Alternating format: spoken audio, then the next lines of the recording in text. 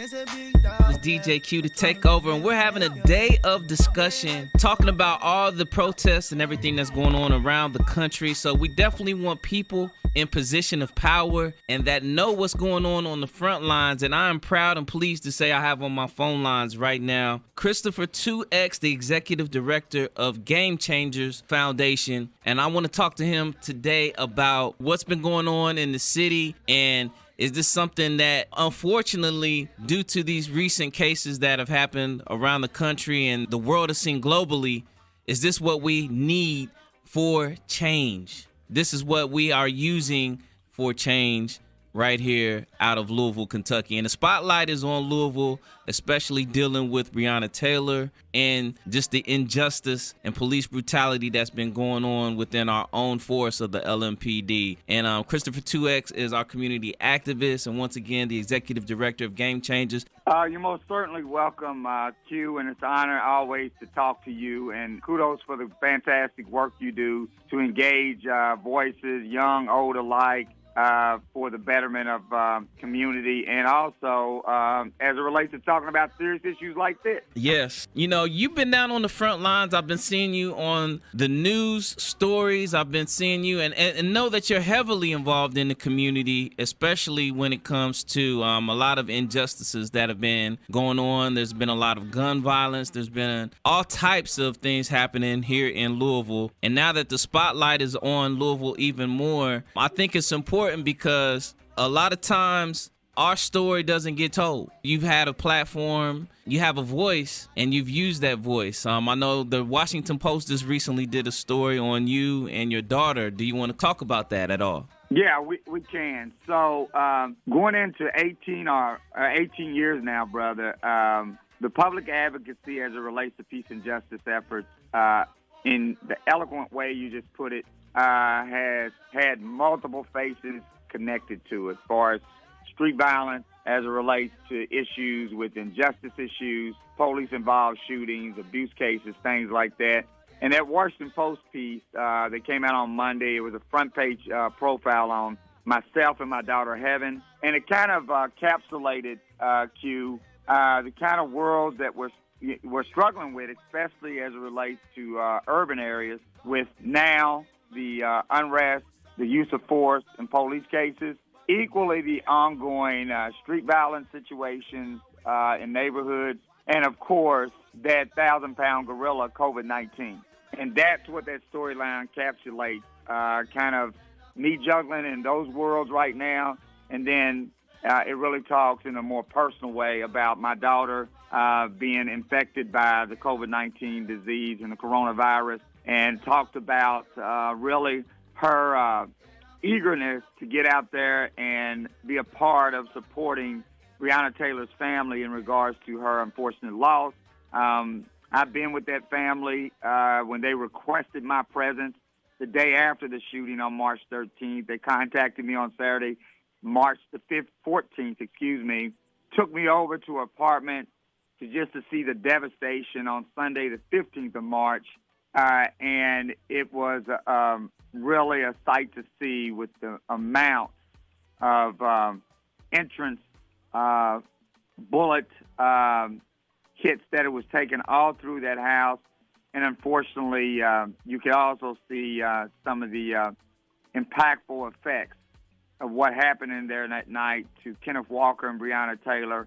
And it was pretty horrific, brother. It was pretty horrific. But that's what the story encapsulates, how I try to navigate through these worlds and also try to tend to heaven dealing with COVID-19. The public is outraged because the cops have still yet to be charged, and I know they're going through a process. The FBI is involved, the Attorney General of Kentucky is involved, but really just the timing of this information, then the 911 tapes of Kenneth Walker in this particular case came out and really help exonerate his position in this case. But people are still outraged that this young woman was murdered, and you have seen no charges. So, I mean, this is something that you're not uncommon to, because you're commonly involved in seeking justice for a lot of people locally. So there's a lot of people that just want to know, what is the why? They don't understand why. So I want to give a little quick run of history on a few things locally and nationwide. So, Q, back in January of 2004, we had one of the most tension-filled years as it relates to police-involved shootings when 19-year-old Michael Newby was shot in the back 3 times by LMPD officer Mackenzie Mattingly. And that's when really my public face was more put on the forefront in connection with that situation at the request of his mother, Angela Newby Bogus, a long-time peace and justice advocate. With that said, Ferguson came in 2014 of August, and I took 8 trips to Ferguson between 2014 and 15 to deal with children in the Camfield area that have been impacted by the riots and everything that entails. And at that point, I coined 2004 in Louisville our Ferguson before Ferguson, because we almost got to that level of civil unrest then. This whole new deal in 2020, Brother Q, with Breonna Taylor and David McAtee, and then the events around the country with George Floyd, Ahmaud Arbery in Georgia, it's a whole new flavor now with a whole new millennial energy to it. And I agree with you, Q, that the looting and property destruction and some level of violence only lasted a few several days into this situation with Breonna Taylor and David McAtee locally. But at the end of the day, the energy that these young people are putting into it right now, from what I'm observing on the ground, is unique at best. And my job on the ground with them right now, being crystal clear with them, I'm not trying to lead them, period. I'm trying to be the best cheerleader they got to let them know I want them to lead us to a new cause and a new day for change, because we have some dynamic young voices.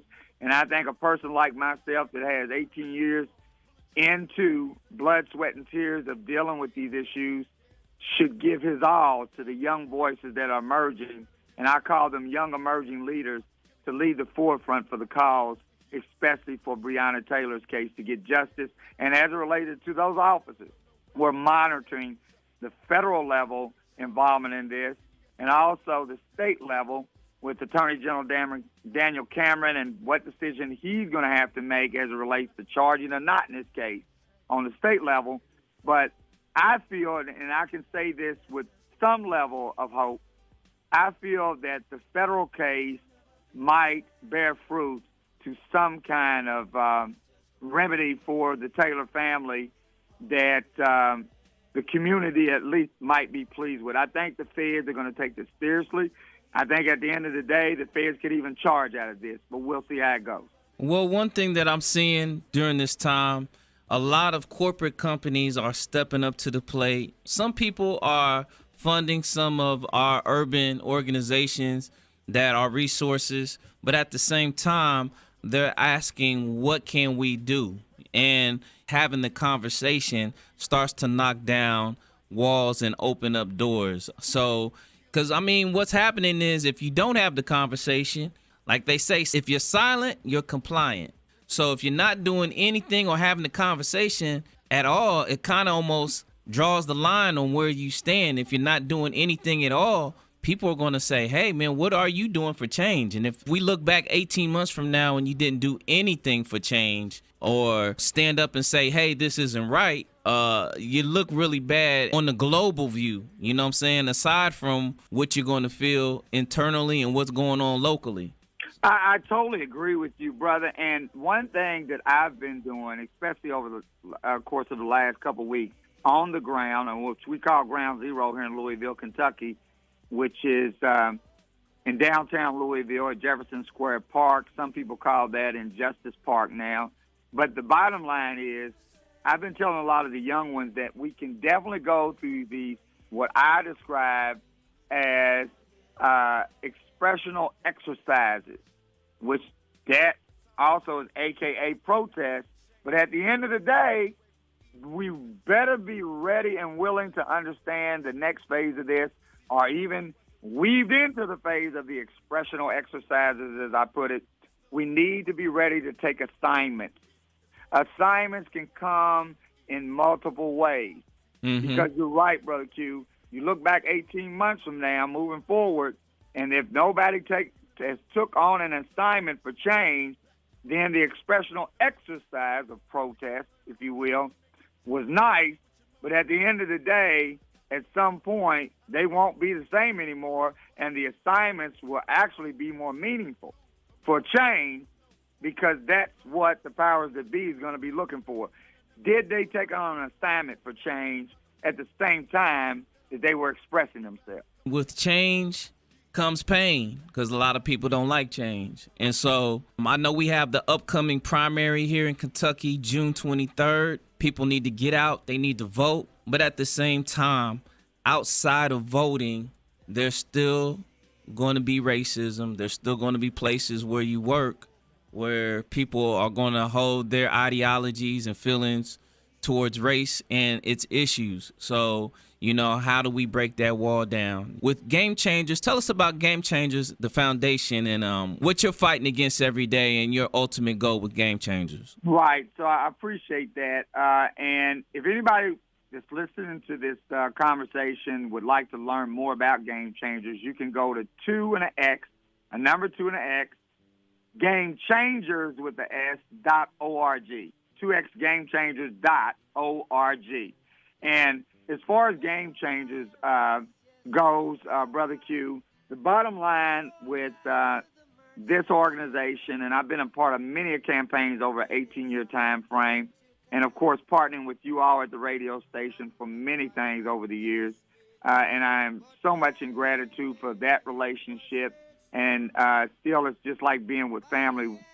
Anytime I can do anything to collaborate with you all, have a conversation with you all. But for Game Changers in general, its main bullet points are simple. Target education to crush violence. Yes. And that goes for social injustice issues, and also it goes for some of our plagues in the neighborhoods where we don't treat each other in a humane way, and street violence becomes too much of the norm. So the goal with us is simple. We've got to intervene at the preschool level right now, because we see strong evidence that before these kids even start K through 12, they're picking up behavioral issues that some would like to just wish away or wave a magic wand and it just goes away. But these behavioral issues are real. We deal with early childhood development specialists, which are teachers who are really concerned about this, elementary school teachers who are really concerned about these behavioral issues.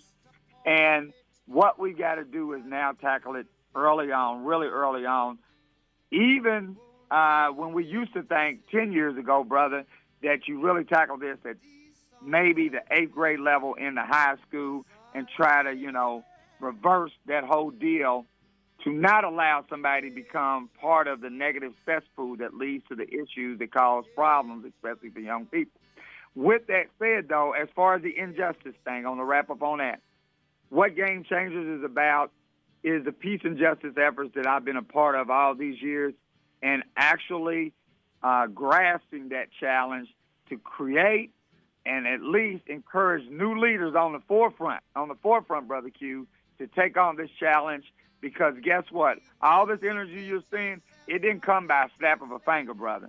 This was built up energy that got unleashed because of some events and circumstances.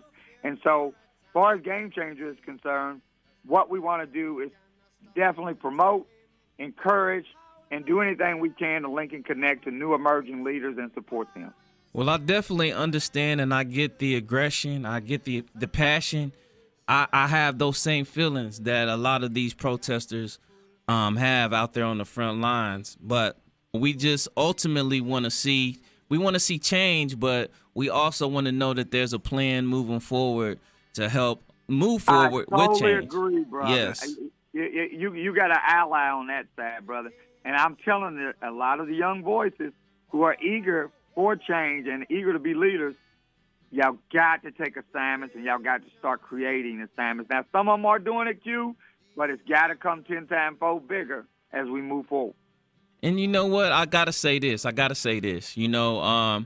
Yes, Black lives do matter, but it's going to take all of us to make this thing change. You know, we can't do it alone. We cannot do this alone.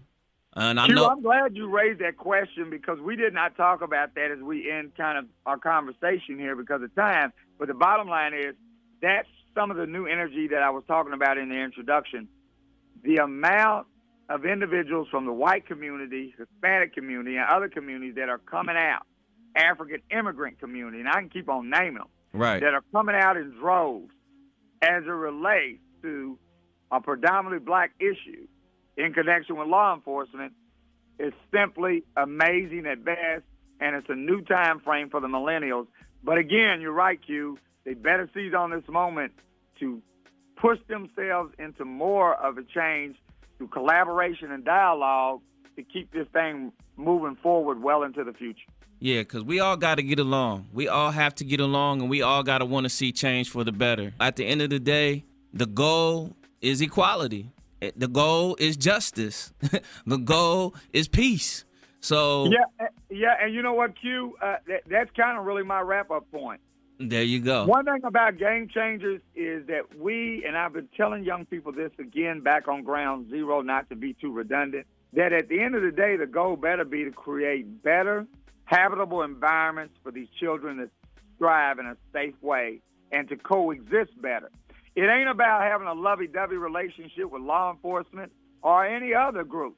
It's about how can we come to the mutual ground of respect when we interact with each other for the betterment of the children. And that's what I'm about, how we can get to better spaces for the betterment of the children. That's really a big prize to concentrate on and get the W on.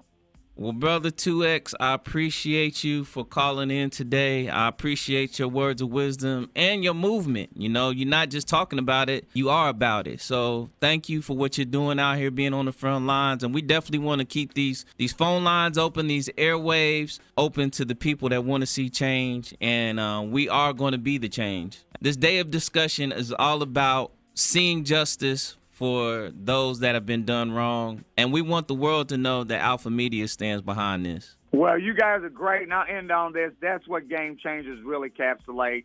If you open our website, it's got right at the top, Early Childhood Education Movement, and that's the motivator for us all. Because Q, in a time of chaos or good times or whatever, children have always become our pillars of strength, and I know you really embrace that.